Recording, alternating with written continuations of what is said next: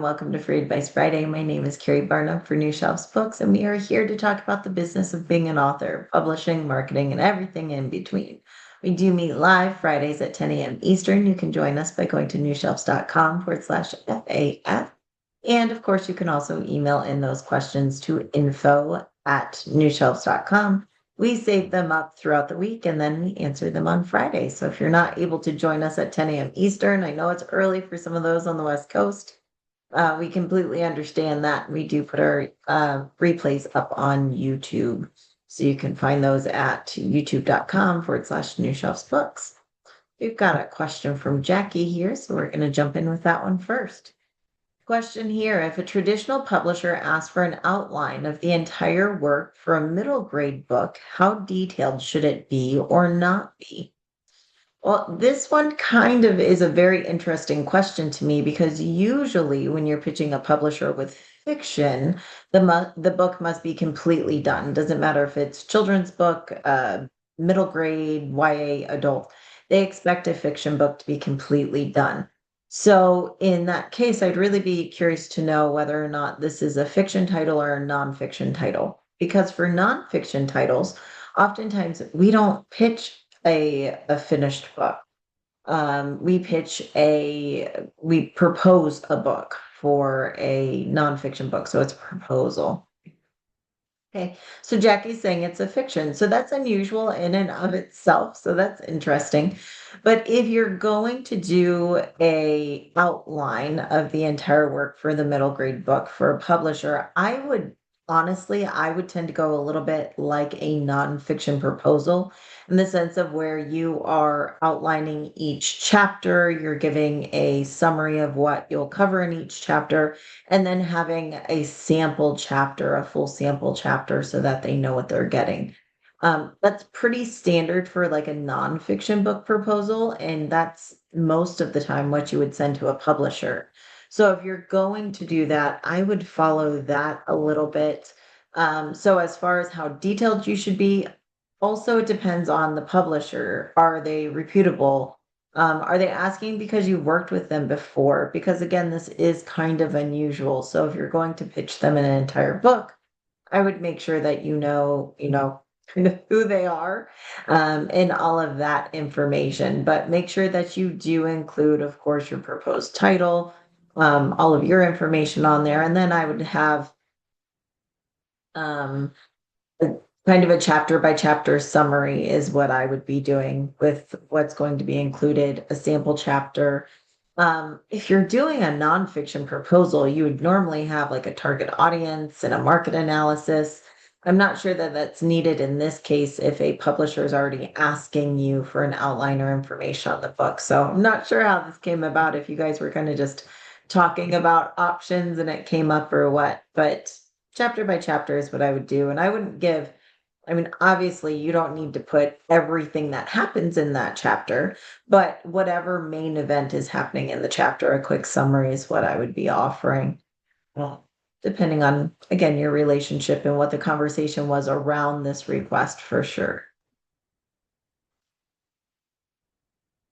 Ooh, what are some alternatives to Ingram Spark for print and distribution? So, most of the time, you all know that for print books that are going to be printed on demand, meaning that they're printed when they're ordered, they're not printed, thousands of copies in advance and then put in a warehouse for distribution.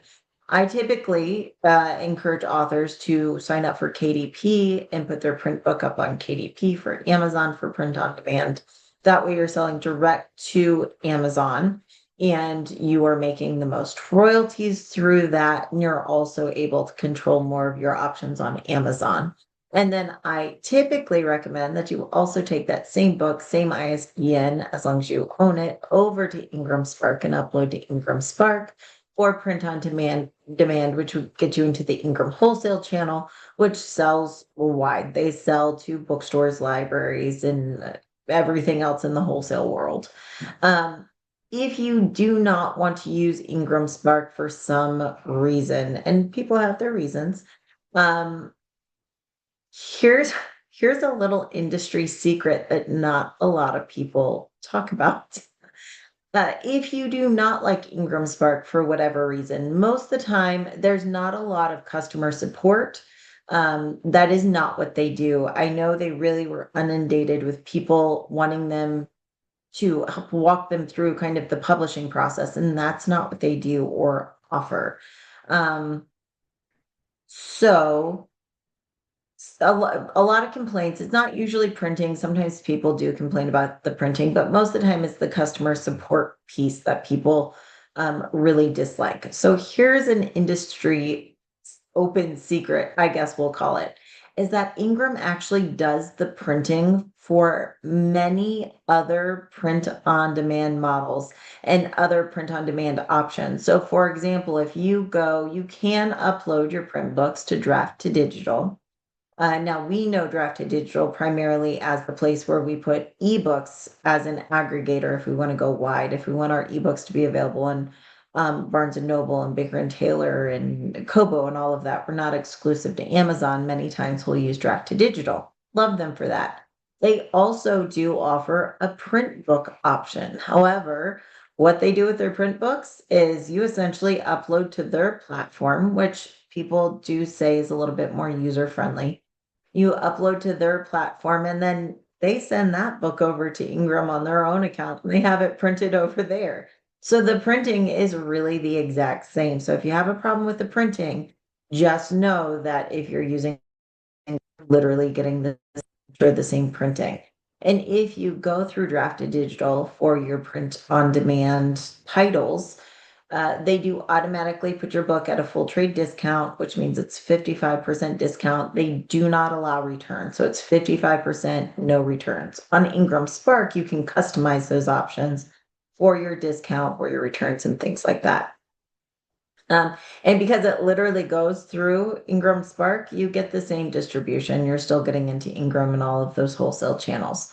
So that's an option. Some people will also use a place like BookBaby, who is also in many cases using some of the same printers and going through the same process. I do believe that BookBaby allows you to have a little bit more wiggle room with the discount and options there. So that's an option. People also use a Lulu. Lulu typically is used for more um, books that have different things like wire binding or people who need more customization, they will often use Lulu. So that's an option as well. Now, all of these things, though, do come with pros and cons. So sometimes they give you more customization, but they take more of your profits, or they give you more customization in one way, but they limit you on what you can do with your distribution or discounts. So you do have to kind of consider how it will serve you. And also, if you're looking for alternates outside of Ingram Spark, it's important to know why you're looking for alternates. Is it printing? Is it customer service? Is it the dashboard? What is it that you don't like? So as you're looking for other options, you can make sure that you're actually going to have a good chance of getting those resolved rather than just going to the same place. So a couple of options there. Again, Publish is another company that kind of does distribution, but I'm pretty sure they use Ingram Spark as well. So Ingram Spark is the big guy as far as wholesale printing and print on demand. And a lot of other companies use their established um, print facilities to print and distribute, even if they don't say that on the front end there.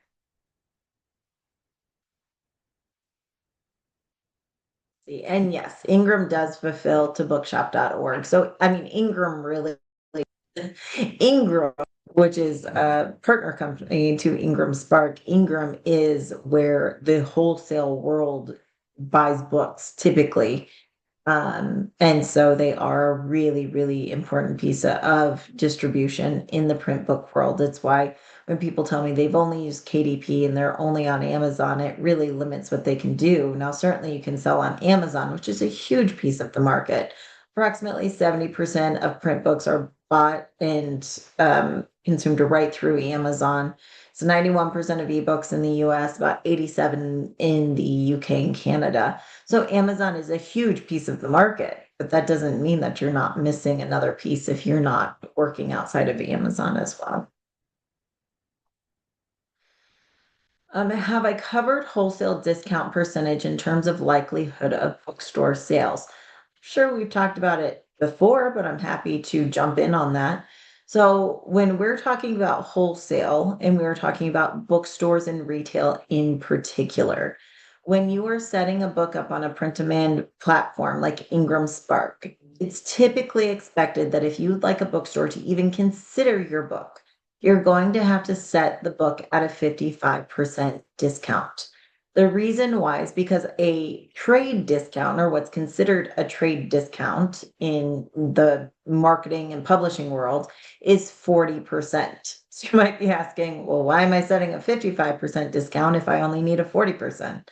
But everyone has to get paid along the way. So when you set a 55% discount at Ingram Spark prints your book, and that's where they get paid for printing your book. Then they send your book over to Ingram Wholesale. Now, Ingram Wholesale takes 15% of that 55% for their cut. So now you're down to 40%, which is then passed on to retailers for those bookstores and things like that. Now, keep in mind that a 40% discount is considered trade, but the big publishers will often offer even higher discounts. The big publishers, the big five, who are distributing right to bookstores in some cases and doing a lot of volume, in many cases, they offer a discount between 40 and 53%. Obviously, we can't compete with that when we're doing print on demand. It's just really hard to do, but it is expected that a trade discount of 40% will be offered to bookstores. Now, just because your book is set at that does not mean that bookstores are going to jump on and buy your book. They still have to believe it's a good fit for them. They have to believe that they can make a profit on it. And different things go into that. You can show them, what your sales have been like. If you have a big platform, if you're local, if you're doing events, that can all play into whether or not they decide to take your book on. But that percentage really does matter. So if you've ever tried to get your book into a bookstore and they say something like, your discount's short, or your book's not set up for bookstore or retail sales, what they mean is your book is not discounted enough. And the mistake many authors and publishers make when using print on demand services like Ingram Spark is they say, I need a 40% discount. So they set their discount on Ingram Spark at 40%. But remember that Ingram Wholesale takes that 15%, which leaves a 25% discount when we're going to retailers, which is short. The other thing is that retailers, bookstores typically are expecting a returnable item, meaning that they can return a book within 180 days, a full 6 months after they've ordered that book. Now, they don't want to return books. Let's be very clear. They don't want to return books because when they do, they're not selling, they're not making a profit. They're not losing money, but they lost shelf space for a period of time, and that is losing money. So they don't want to return books, but it's like an insurance policy that if a book does not sell, they can return it. And they do return books. They don't like to, but they do. So that is then a risk for the publisher because then if you get a bunch of returns, then you're paying back a bunch of money that you were paid for sold books. This is why places like Ingram Spark do take a longer time for payments. So, like Ingram Spark is a 90-day delay in payment. That's halfway through that 6 month period, and that's partially part of why. So if you really want to work with bookstores, 55% discount on Ingram Spark and returns. Some bookstores will take it without a return, but they'll take very limited copies. But again, it depends on your goals. If you're not marketing to bookstores, if you don't think your book's a good fit for bookstores for whatever reason, there is absolutely no reason to set a 55% discount.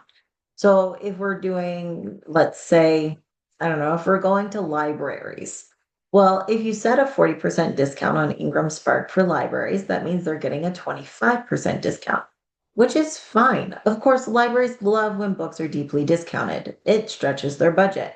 However, libraries are not in the business of resale for profit, so they don't need that profit margin as badly as retail stores do. So it's sometimes you can say, hey, I'm not able or willing to take that full trade discount, or I cannot take the risk in my business for returns, and that's fine. Just know that marketing to bookstores probably doesn't make sense to you, but somewhere like libraries might make sense.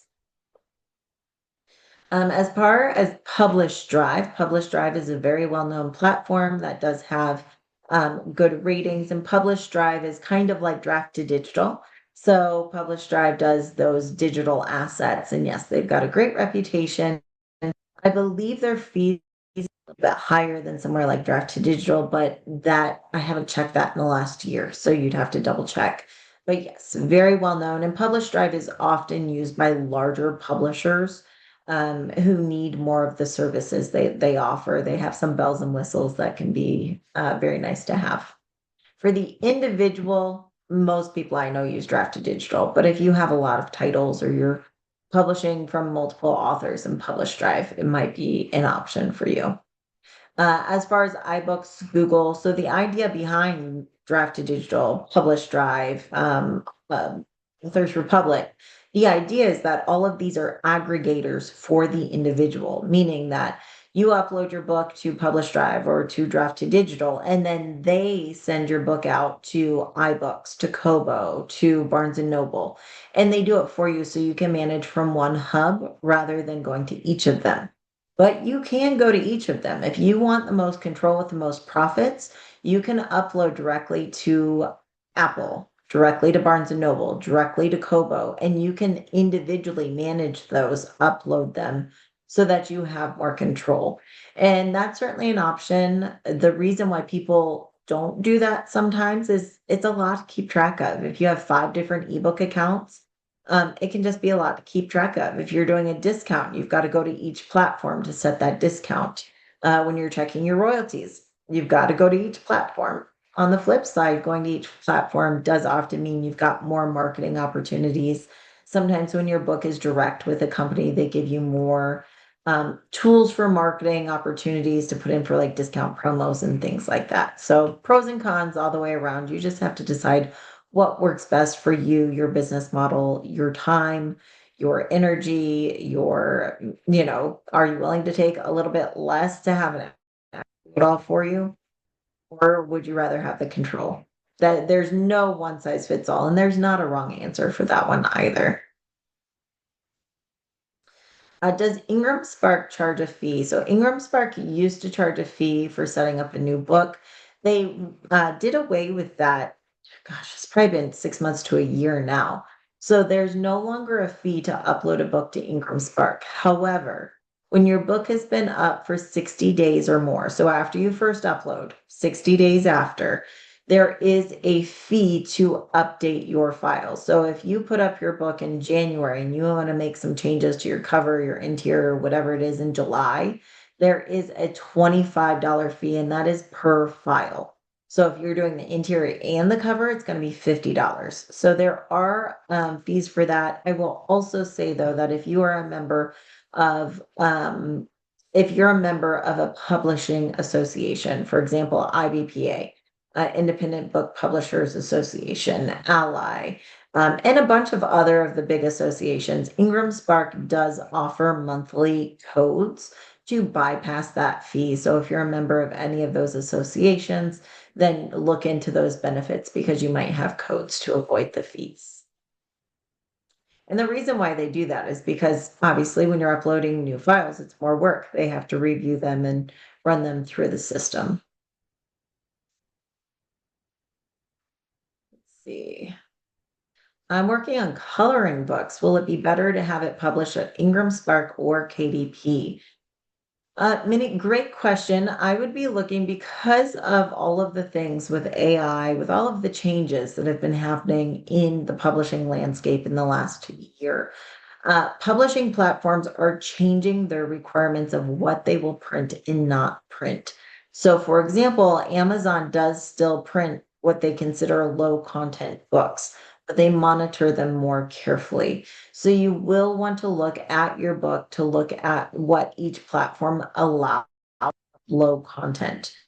If you have a book that has a lot of pages and it's maybe got some wording, you could probably do either of them. But if it's a much smaller book and it doesn't really have any words and it's just coloring pages, Ingram Spark may not print that as a low content book.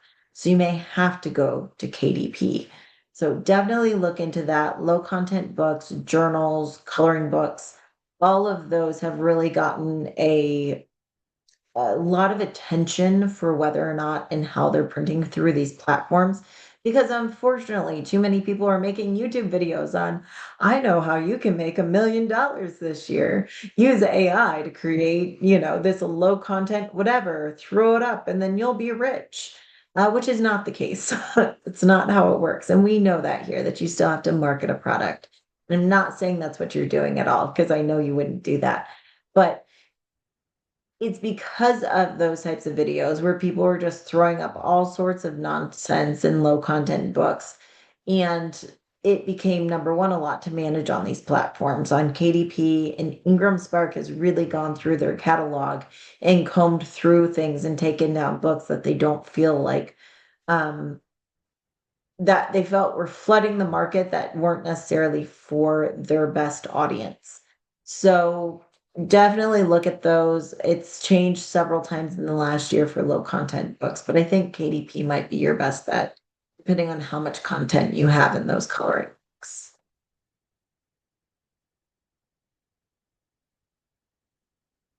Yes, I get this a lot. My publisher, I get this a lot when talking about distribution, discounts, all of these things.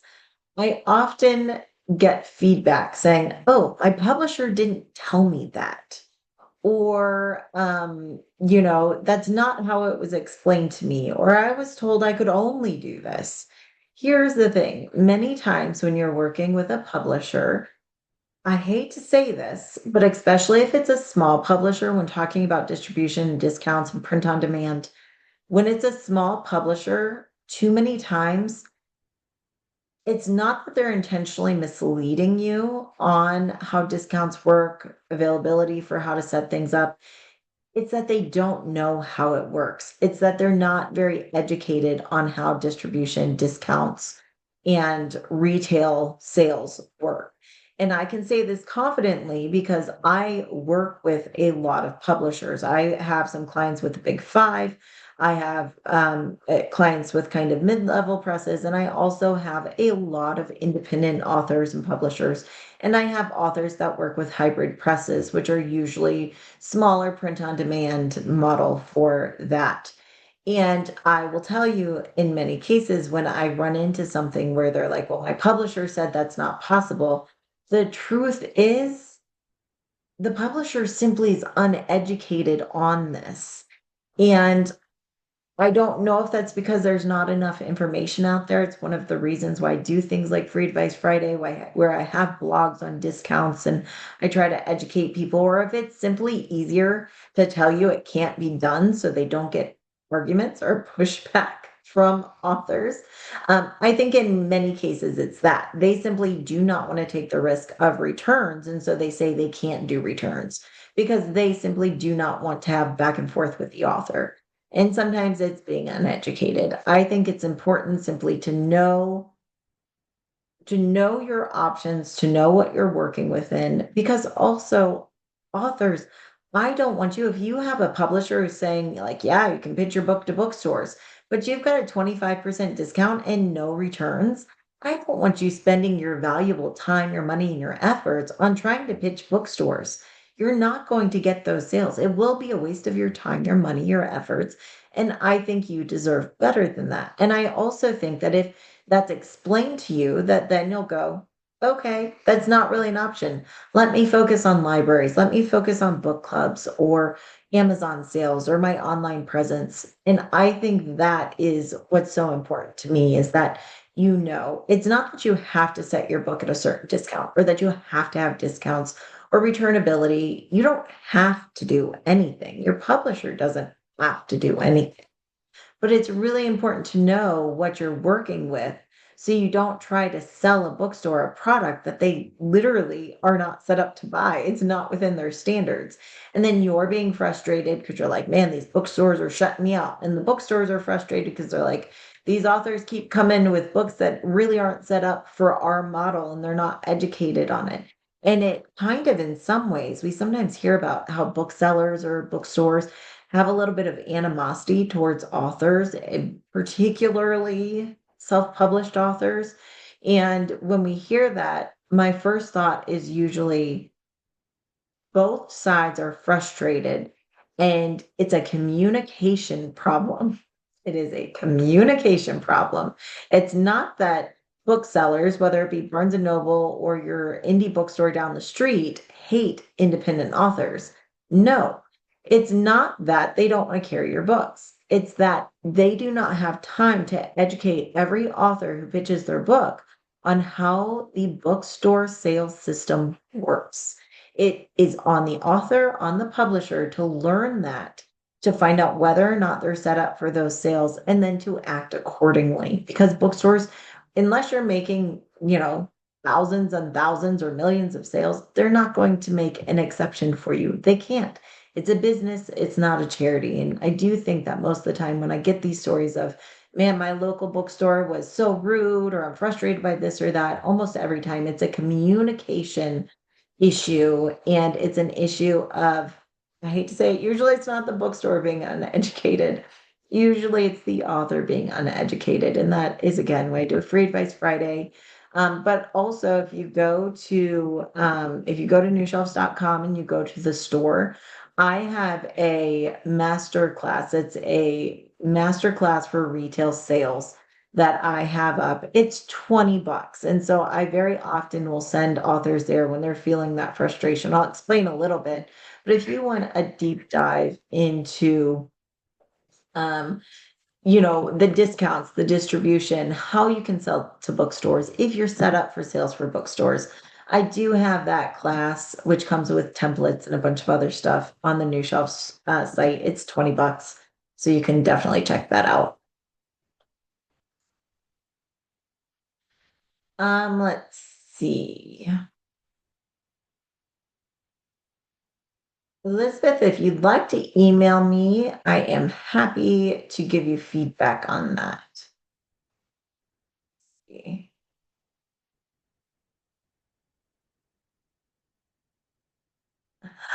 Although I think definitely that Elle has given you some great feedback.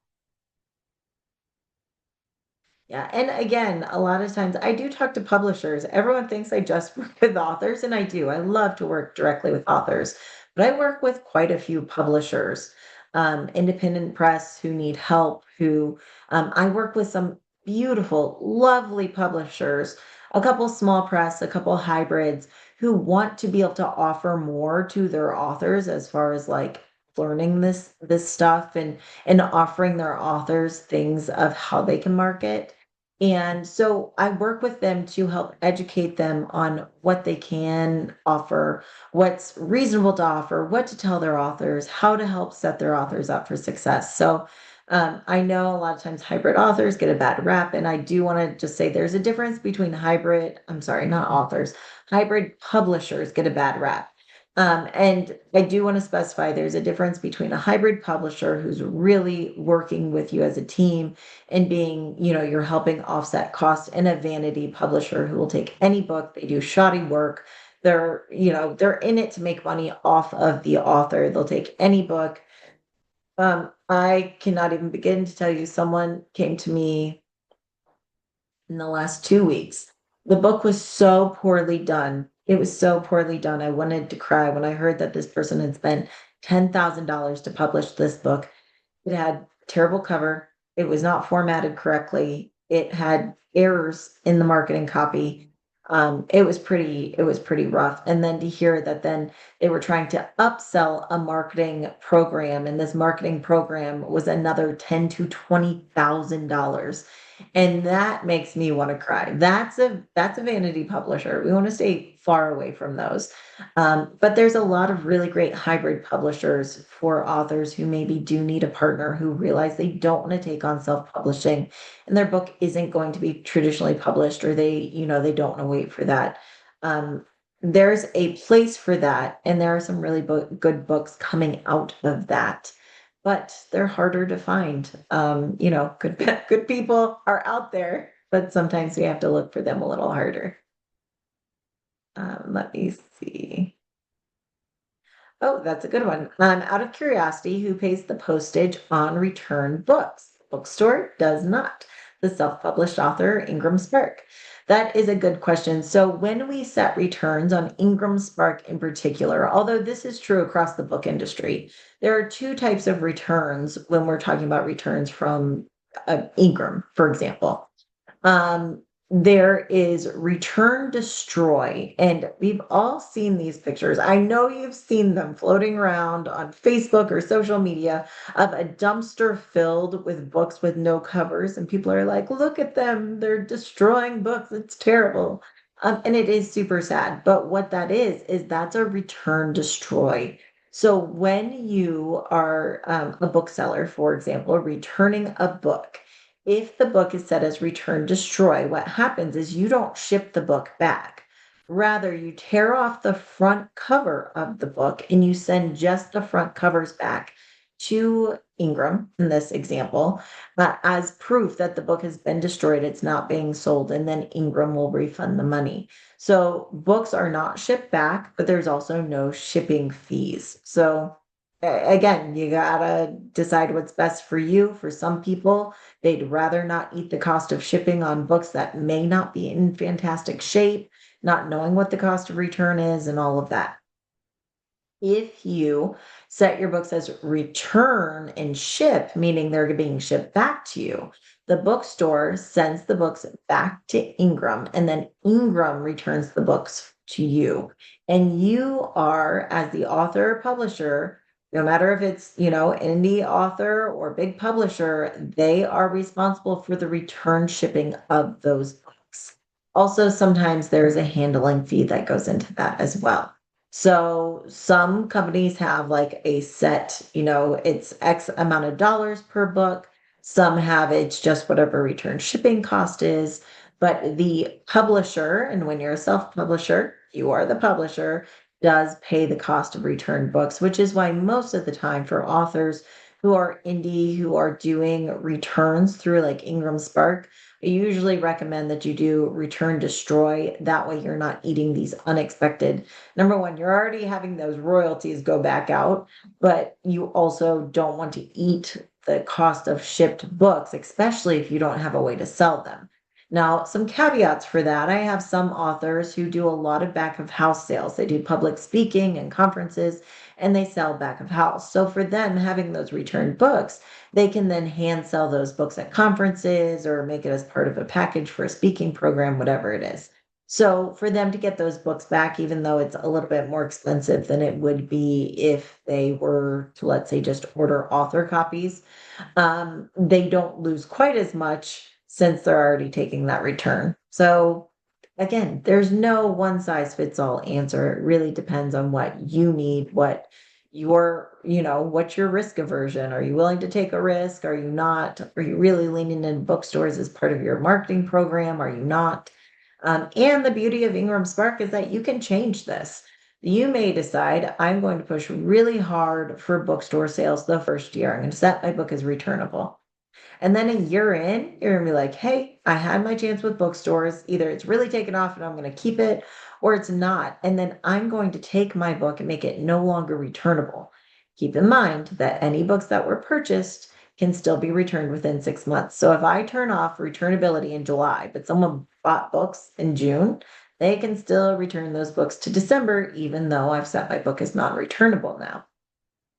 So you have to think about that long tail, but you can do that. If you, for example, older books are a lot less likely to sell in bookstores unless it's already a popular book or it goes trending or something like that. So you may decide, hey, my books that are 3 years and older, I'm making non-returnable because they're not really selling in bookstores. But my newer books, I'm going to give a shot. Some people will just say, I'm not going to take the risk of returns. I'll set a full trade discount. And knowing that that means fewer bookstores will take it, maybe only if I do events, they'll order smaller quantities, but I'm okay with that. Some people say, I don't care about bookstores. I know my book's going to do really well in libraries and on Amazon. I'm going to set a short discount. I am going to make it non returnable and I'm going to go on with my life.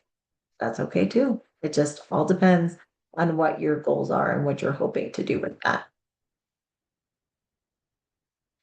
Let's see. Is there anything I can do when Amazon will not enable look inside for the Ingram Spark hardcover with Dust Jacket books, even when Ingram Spark sends the metadata to Amazon? Oh, the feuds between Ingram Spark and Amazon. Um, if you're a big Shakespeare fan, I would say this is a little bit like Romeo and Juliet, except for there is no love. There's none. It's just a lot of animosity. So here's the thing is Ingram Spark will say, oh, we did what we can. It's Amazon's fault. And Amazon will say, man, we don't control that. It comes from Ingram. And this happens over and over again. And who gets caught in the middle? The poor little author does. And I wish there was an easy fix to this. If you're having problems with your Amazon listing, one of the quickest and easiest things you can do is double check all of your settings on Ingram and then ask them to rebroadcast the metadata, meaning you're asking them simply to resend the metadata. They're usually very willing to do this. And that means sometimes Amazon's system just didn't pick it up. A lot of stuff is run by computers, it's automatic. Again, Tom is not sitting up there deciding whether or not to show a look inside for you. Most of the time, it's going directly through these bots, these auto setups. So asking for a rebroadcast is the quickest way to ask for that. Now, it could still take a week or two to see if it works. If it's still not working, Ingram Spark is going to say, I did what I can. And Amazon's going to go, well, we don't really have control over that. It can be very frustrating. I have found that if you're going through Amazon, one of the things you can do is rather than going through KDP, rather than going through other channels, go through Author Central. There's a different set of people working at Author Central than there are at KDP. Go through Author Central as the author and say, my publisher has told me they've enabled Look Inside, but I'm still not seeing it. Is there anything you can do to help me? You can do it that way. Other than that, you're really kind of stumped. I wish there was an easy way, but it's definitely a case of everyone blaming everyone else. But try Author Central. Author Central, I have to say, is one of the most helpful places to get help when an author needs help on a book, because they're not automatically expecting that everyone's coming from KDP, because Author Central is for all authors who have a published book, whether it be traditionally published, hybrid published, or through KDP. So they will oftentimes try things that on the KDP end, they're like, oh, I can't do that. The other thing is, and I have noticed this, if you have a look inside and it's not showing up for the hardcover, check the ebook if you have one and make sure it's set up on the because more and more that the look inside feature doesn't always show up on all formats. Sometimes it's only showing up on the Kindle book. Why? Is this a glitch? Is this something Amazon's doing? I have absolutely no clue, but I have noticed this and I've noticed this for several books from different authors and different groups. So check if you don't have an ebook up, maybe that's an option, may not fit your book, but maybe it's an option. And that's the best I've got for you. I wish there was like a secret hack beyond Author Central, but unfortunately, there's just not. It is literally just a feud of Ingram and Amazon who can't play nice in the playground, and authors are getting stuck in the middle, unfortunately. And there's no, you can't really pin down and say, we know it's this or that. Now, ultimately, it's Amazon's platform, but Amazon will say, well, the publisher has to set over that submission or that permission, and that's where we get the back and forth, and it really stinks. And I am sorry. I wish there was more we could do. Try Author Central for sure. What can I say about Amazon reviews? I found out that unlike in other places, because Amazon is account based, reviews can drop or be removed, like if someone closes their account.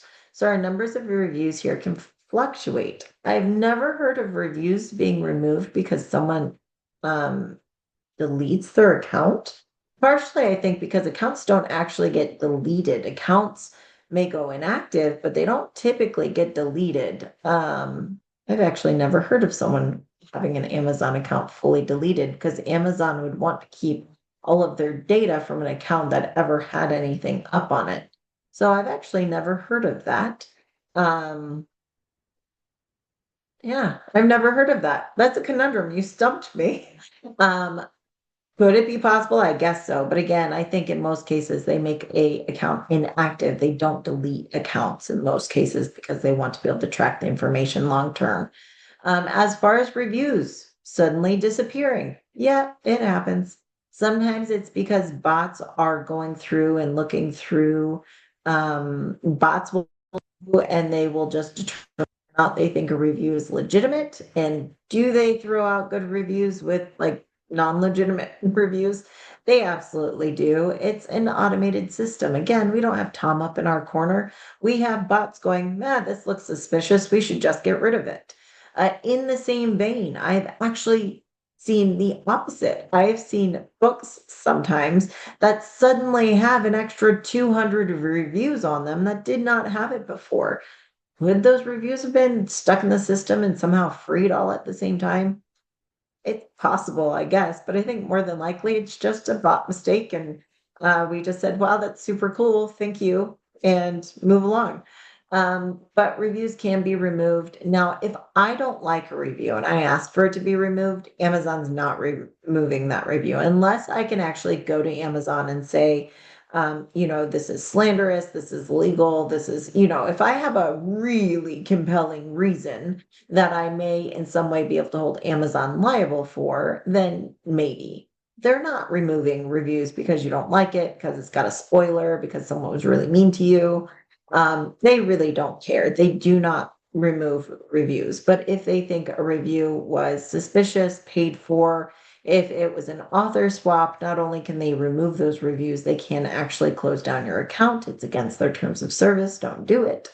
And sometimes they just remove reviews because they don't like them. There was actually a couple years ago where reviews that had a word in it, a specific word, suddenly were being deleted. Why? Because that word became a hot button. And so that word was just being reviewed and deleted in a lot of different places. It wasn't allowed in ads, on social media. It was reviews were being removed, all sorts of things. So there's a lot of that going on, and we have no control over it, unfortunately. I've said before, and I'll say it again, it's Amazon's playground, and they can do what they want.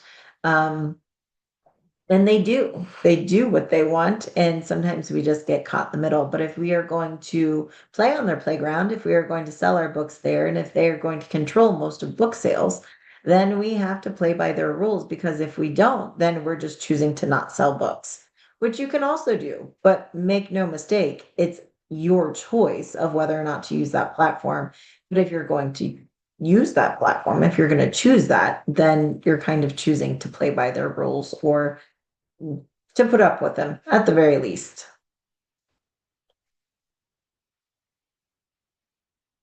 Can I explain the changes at Findaway Voices? So you're probably talking about how Findaway Voices is now becoming in audio. We talked about this a little while ago when it was announced. Essentially, I'm going to give you the lowdown as I know it. Definitely, if you have questions, you can always do your own research. But essentially, Find a Way Voices started out, it was a sister company to Draft to Digital. And it worked very much the same way, but it was specifically Find a Way Voices was for audiobooks.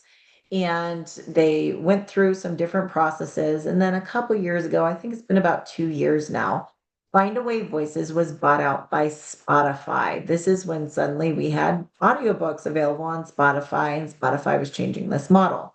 Now, Spotify is starting to actually see an increase of revenue and sales from audiobooks. And what recently happened is that Spotify, owning Findaway Voices, has shifted a little bit. For what reasons? I don't know. It could be that they're reassigning businesses and for whatever internal purposes. But essentially, what happened is that Spotify needed to separate or was choosing to separate from Find a Way Voices. So, Find a Way Voices is essentially staying the same platform, but they're turning into in audio. So, in audio will replace Find a Way Voices, but it's essentially the same platform.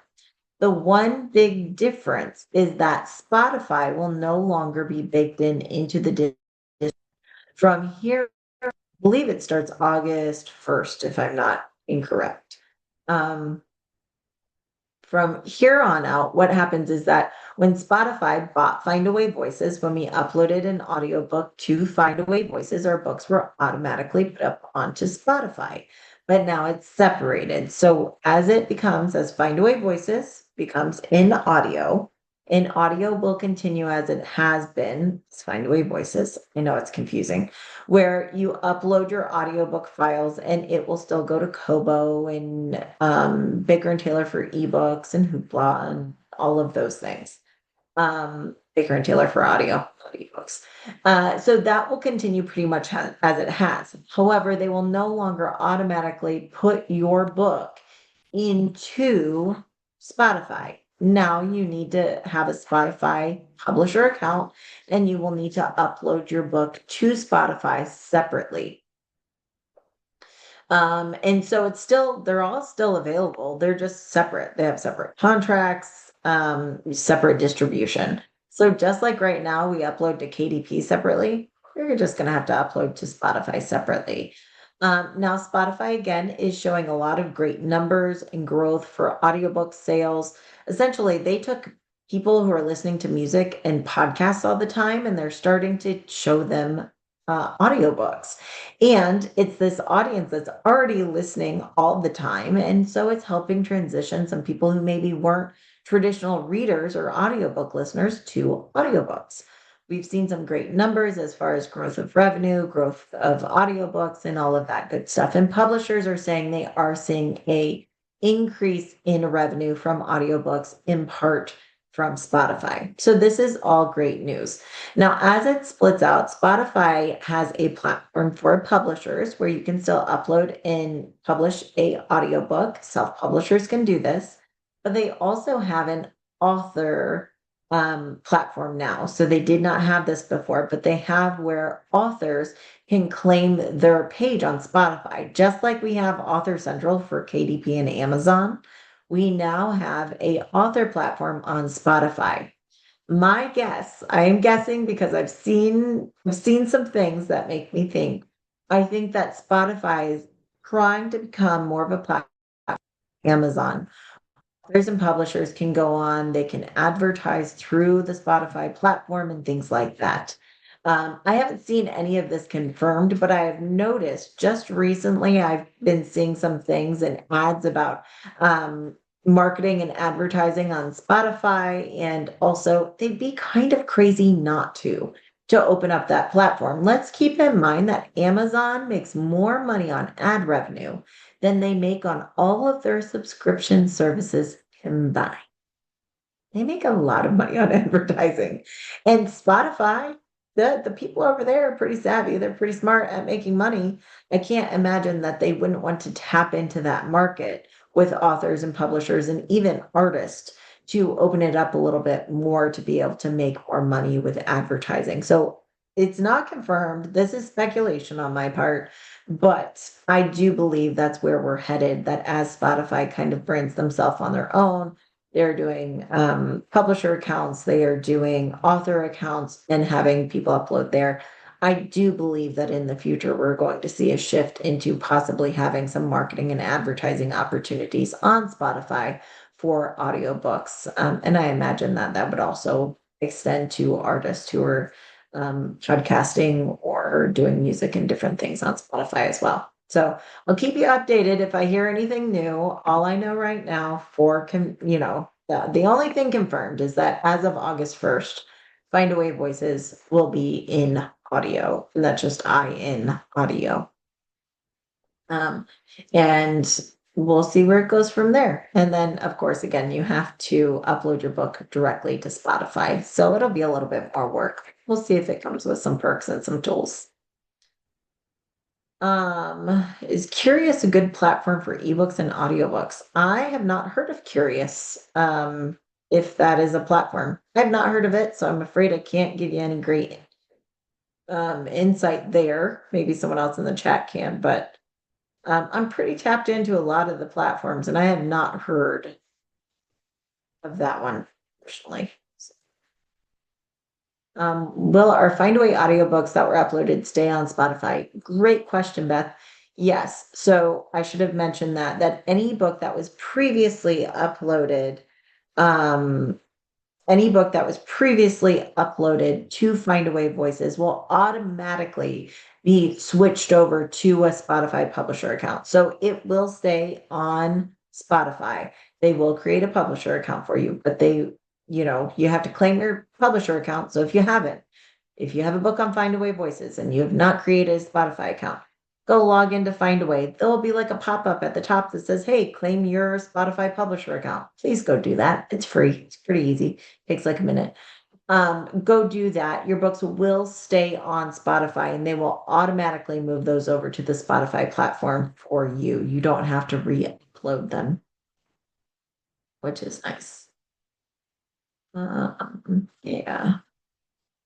All right. Well, I think we got through all of that. It was interesting to dive into all of the distribution and all of those aspects. I know we haven't talked about those for a little while. So I think one of the things that I've learned in publishing and self-publishing, and it's not just self-publishing, it's publishing as a whole. One of the things that I have learned is as soon as you learn it, it will change. Amazon ads, learn it. It's going to change. Facebook, same thing. So if you're not constantly kind of connecting with people who are either on top of this or doing your own research. It's why, I mean, I freely admit to being a newsletter junkie, a podcast junkie. I listen to a lot of other people in the industry because sometimes they learn or find things I don't know. You guys bring me questions and I have to go look at it, and it helps keep me educated. And I think it's really important in this business, especially right now. So much is changing in the publishing industry across the board for indies, for traditionally published authors, in copyright, in art, in AI, in distribution. It's constantly changing. So we have to stay up to date because the mistake that sometimes we make is, oh, I've been doing this a long time. I know that. It's changed. And so we have date, or else we no longer will know that. And we'll be those people being, lost and confused about why our book isn't doing this or that, why it's not selling. I've talked to quite a few authors recently who are like, so I don't know what's happening. My books aren't selling all of a sudden. And I'm like, all right, well, let's chat, let's dig in. And we start digging into their platforms. And I'm like, oh, this updated like a year ago and you're still using the old stuff. And since they're phasing it out, you're kind of being punished for using the old stuff. Time to update. So being on top of your game, updating, researching what's new. Don't rest on what we used to know. Publishing is just changing too fast for that, as are, all the marketing platforms. So stay sharp, help keep me sharp. I appreciate it. Thank you for being here. I think we're good for today. Anyone who has a question I didn't answer, just shoot it over to email at info@newshelves.com. I'll save it up and I will answer that for you next week, because we will be back next week, same time, same place, 10 a.m. Eastern. I'll see you guys then. Bye.